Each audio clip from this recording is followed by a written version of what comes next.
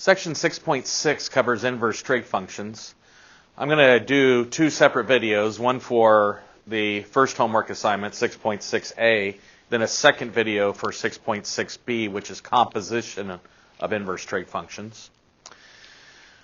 First thing is I want to remind you about the graphs of sine, cosine, and tangent. I have them on the board. And if we're talking inverse functions, first thing we need to ask ourselves are, do the sine, cosine, and tangent functions actually have inverse functions? And the answer to that question will be no, because every single one of these graphs fails the horizontal line test. Just like y equals x squared fails the horizontal line test, in order for us to come up with the square root of x function being the inverse function for x squared, we had to restrict x squared, so we were only talking about the right-hand side of the parabola where x was positive, so that you could have the square root of x function being its inverse. So the square root of x is the inverse function of the restricted x squared function. So what I need to do is I need to restrict sine, cosine, and tangent so that they will pass the horizontal line test so that they will have inverse functions.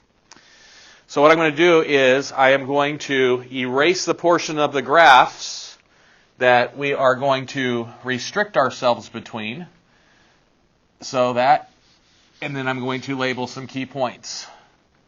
So for the sine function,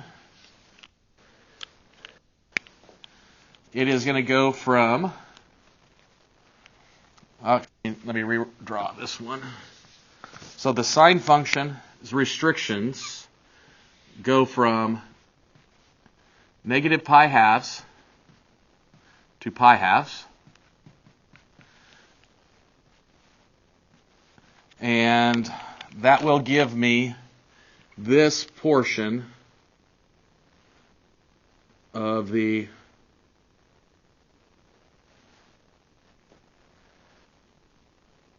starts at 1 going down.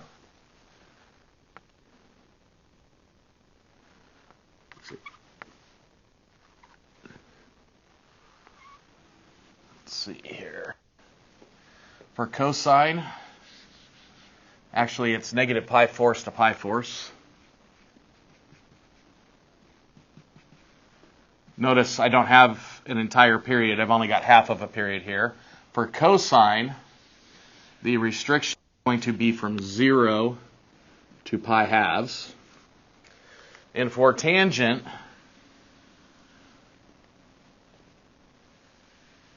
I'm going to go from negative pi halves to pi halves. So we have our restrictions on our graphs.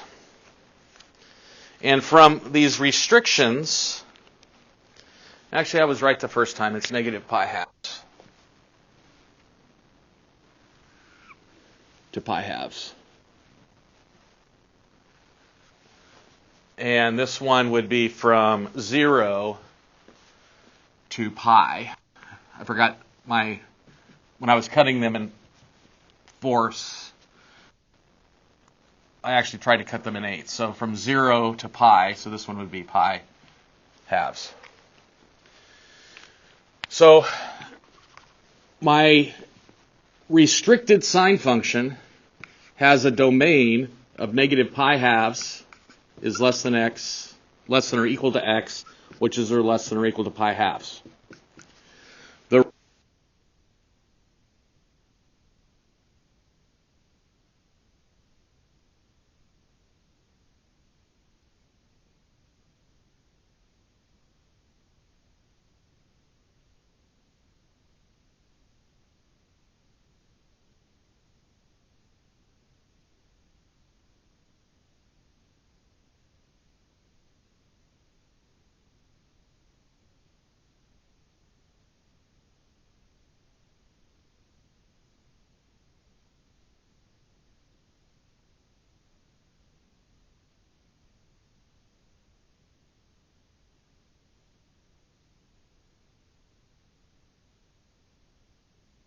from negative infinity to positive infinity.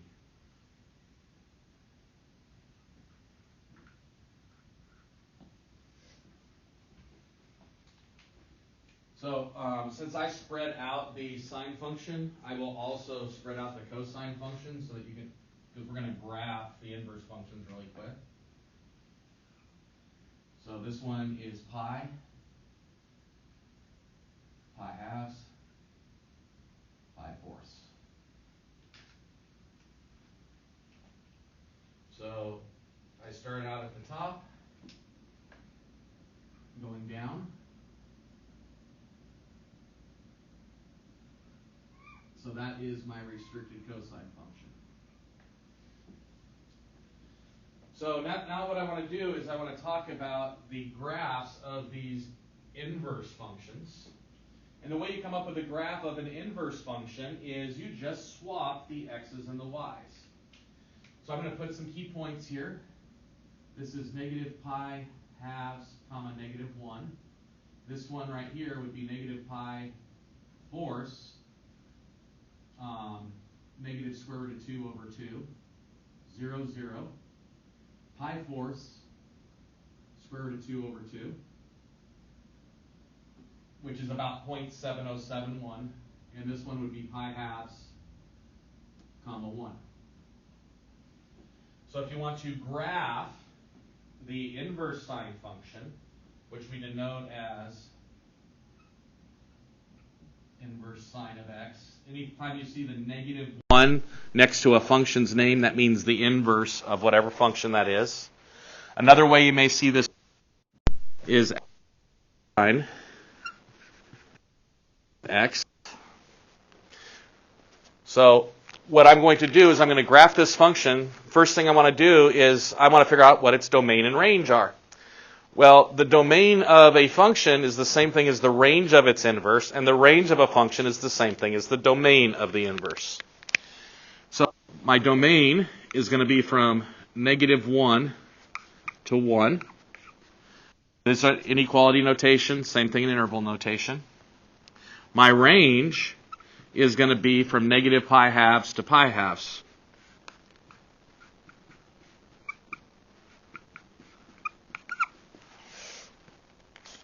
So when I graph my function, so I'm going to graph it over here, inverse sine of x.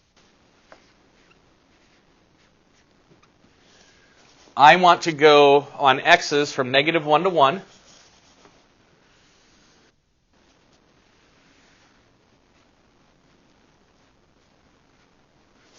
Then my y's, I'm going to go from negative pi halves to pi halves, which is like negative 1.5 to 1.5.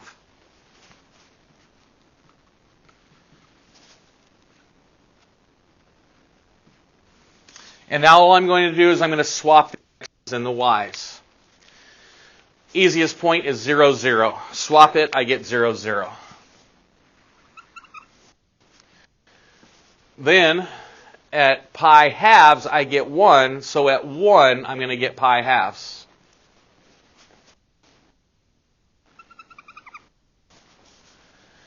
At negative 1, I get negative pi halves.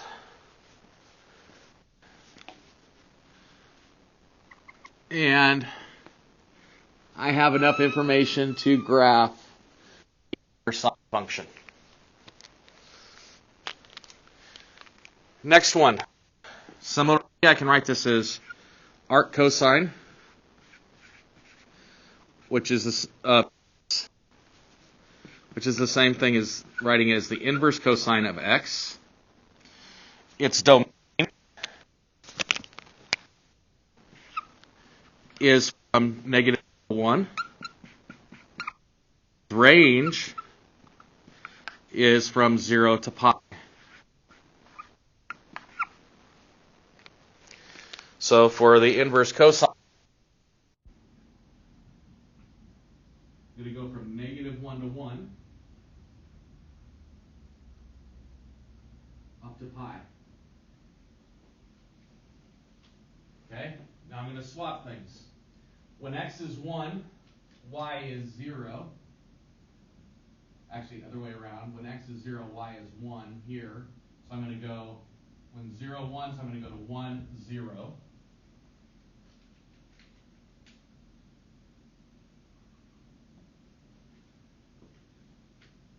When x is pi halves, y is 0.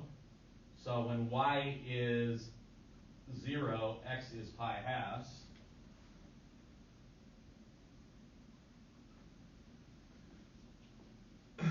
And when x is pi, y is negative 1. So when y is negative 1, and when x is negative 1, y is pi. And the graph of the function looks like that. The last one I'm going to do for graphing is the inverse tangent function. Again, it can be written as arctan of x. Most of the time I will write it as the inverse tangent of x. The domain is the same thing as the range. So that would be from negative infinity to infinity. The range of the inverse function is the same thing as the domain of the regular function. Sorry about the alarm. So that would be from negative pi halves to pi halves.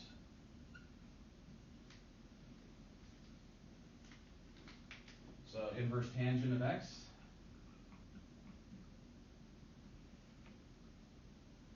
I'm going to go from negative infinity to infinity. Highest I'm going to go is pi halves.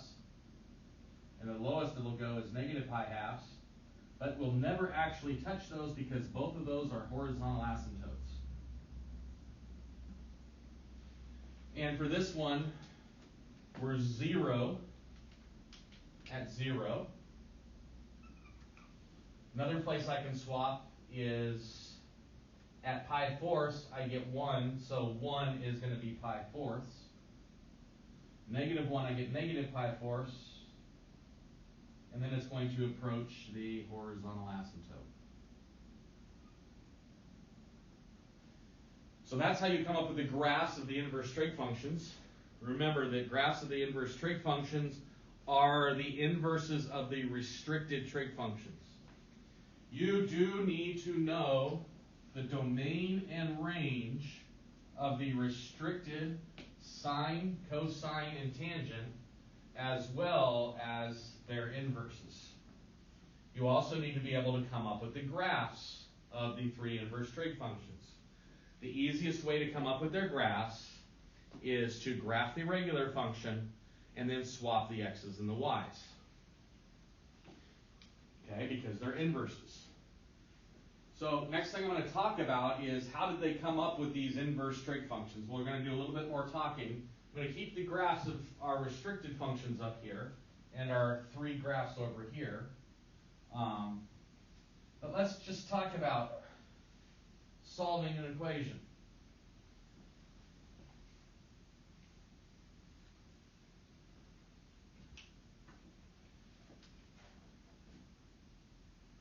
We know how to find the sine of pi fourths.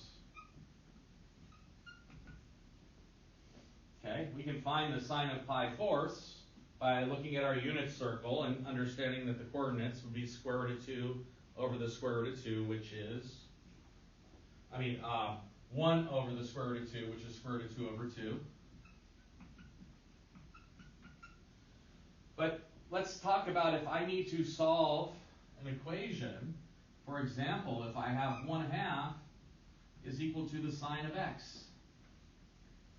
What this is asking me is, what angle has a sine of 1/2? Well, if you were going to solve this using the 4-step method from first semester, first thing you would do is you would, let's just write this generically, y equals the sine of x. You would swap x and y. So I go x equals the sine of y. Well, there is no way to algebraically to solve for y, which is my next step. So that's when they came up with the inverse trig functions. And the inverse trig functions are written such that we are solved for y, so it means the exact same thing as this. So what we're going to end up doing is we'll take the inverse sine of both sides to solve for y. And here I have the inverse sine of a sine, and inverse functions performed consecutively cancel each other out. Now I will tell you, you need to be careful when we're going to do some of the homework problems that you make sure you're within the correct domain and range.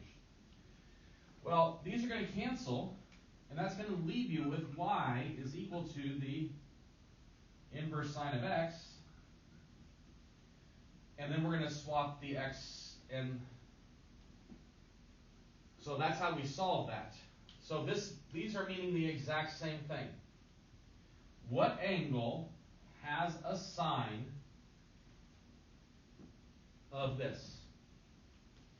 Inverse trig functions are angles. That gives me an angle. Trig functions give me a ratio. I put ratios into inverse trig functions and get an angle.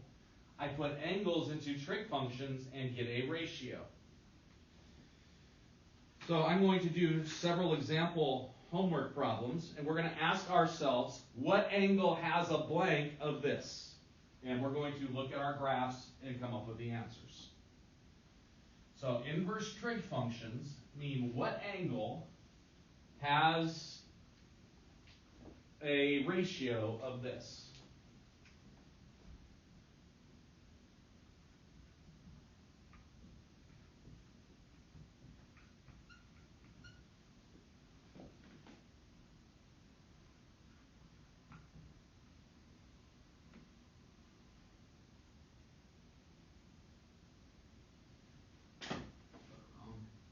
Square root of 2 over 2.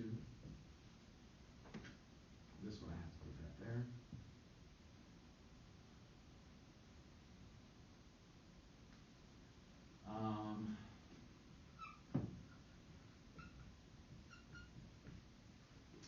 So this is the way you will see some of them. So I want to know, this says what angle has a sine of square root of 2 over 2.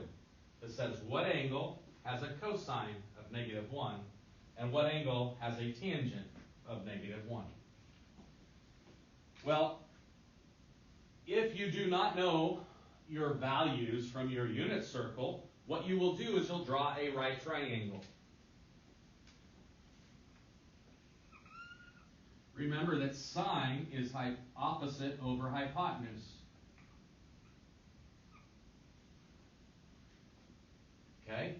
And if you use the Pythagorean theorem, square root of that squared is, that's going to be square root of, doing this side, is 2 squared plus minus 2. So 4 minus 2 is 2, which is the square root of 2. So this is a 45-degree angle, which is pi fourths. Memorize triangle. So what angle gives me a sine of square root of 2 over 2? It would be 45 degrees, or pi fourths radians. Okay? Again, I could have got it right here if I knew my graph of the inverse sine function, or I knew my values on the unit circle. Next one is inverse cosine. Again, draw a little right triangle.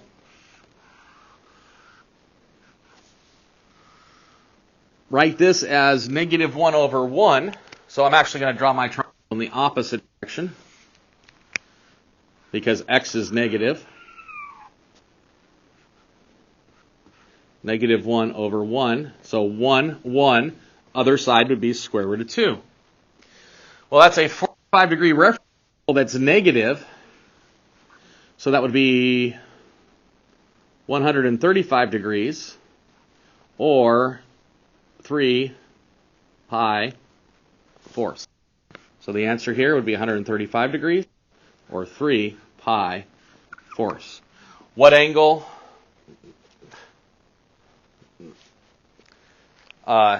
Disregard that last one.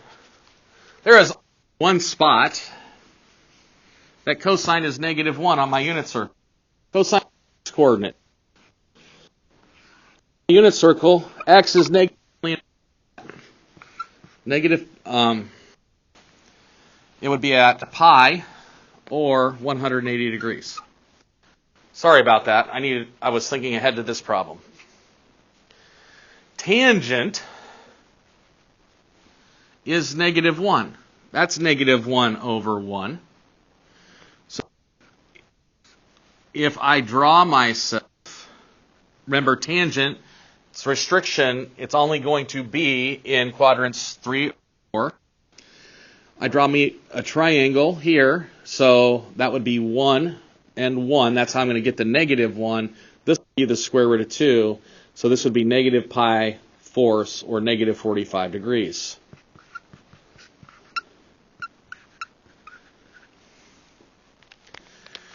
So hence, when you are drawing your little rectangles for inverse trig functions, remember what the restricted sine and cosine functions are. This is quadrant 4, this is quadrant 1. So if you have a negative number inside the inverse trig function, you're going to be in quadrant 4. If you have a positive, you're going to be in quadrant 1 when you draw your triangle. Here, it's going to be quadrants 1 and quadrants 2. Positive is quadrant 1. Negative is quadrant 2. Here, quadrant 4 and quadrant 1. Negative quadrant 4. Positive quadrant 1. Every inverse trig function, if it's a positive thing that you're doing the inverse trig function, you're going to draw a quadrant 1 angle. Okay? For cosecant, secant, and cotangent, if it's a negative inside the inverse trig function, I will actually give you the domain and range that you are restricted to. Remember, your answers can only be in the domain and range of these inverse trig functions. So don't give me something like -4 pi or -7 pi halves. Okay? Never give me a negative angle for a cosine function. Okay? Because the restriction will never give me a negative number here. So look at my inverse cosine function. You'll never get a negative number for the inverse cosine function. Okay. So, examples. Again, it really helps if you have your unit circle and or your special right triangles memorized.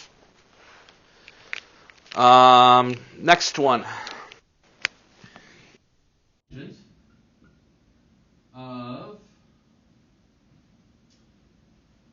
Let's do square root of 3 over 3. Let's do the inverse cosine of -1/2. And let's do the sine, inverse sine of +1/2. For all of the homework assignments for this assignment, please give your answers in both radians and degrees. So the last examples here, again, draw a right triangle. This is a positive number, so I'm going to draw a quadrant 1 right triangle. Tangent is y over x, square root of 3 over 3. So if I want to figure out what this side is, it's the square root of 9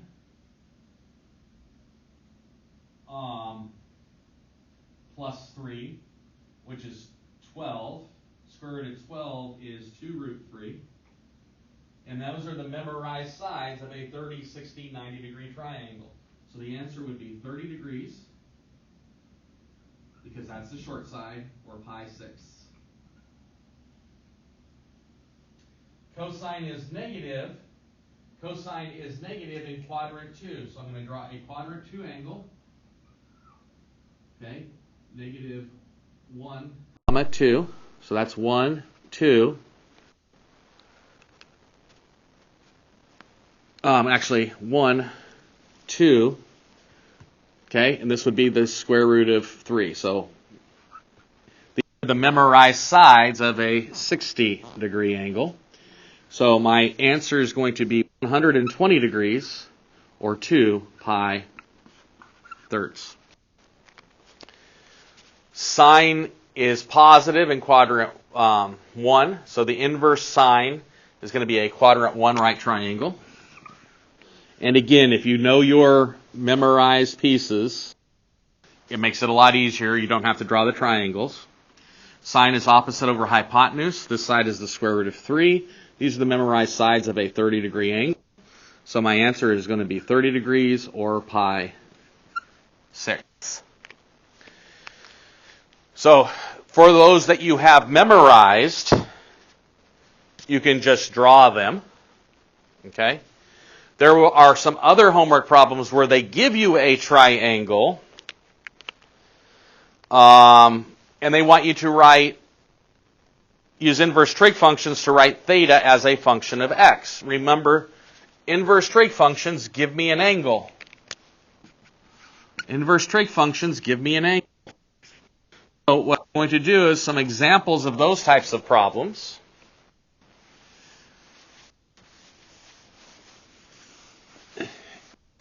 And that would be it for this video. So, I'm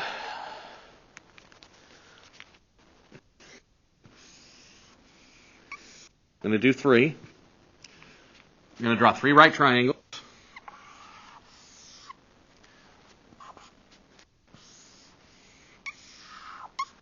Oh, let's do...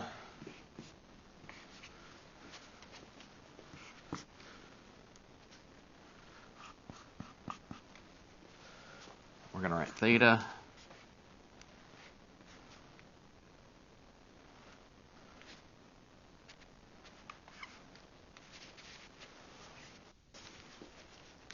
So again, the directions say to use inverse trig functions to write theta as a function of x. So first thing I want to know is which inverse trig function am I going to use, and it would be the same thing I would be doing if I was using a trig function. I have an opposite and a hypotenuse, so this is going to be inverse sine.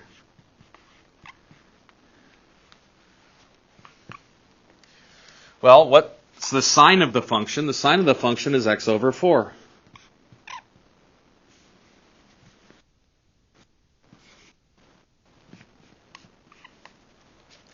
This is adjacent and hypotenuse, so that's cosine. So the inverse cosine of x plus 1 over x is going to equal theta. And the last one would be a tangent. What angle has a tangent of x over 5? Again, there's no number to come up with these. So use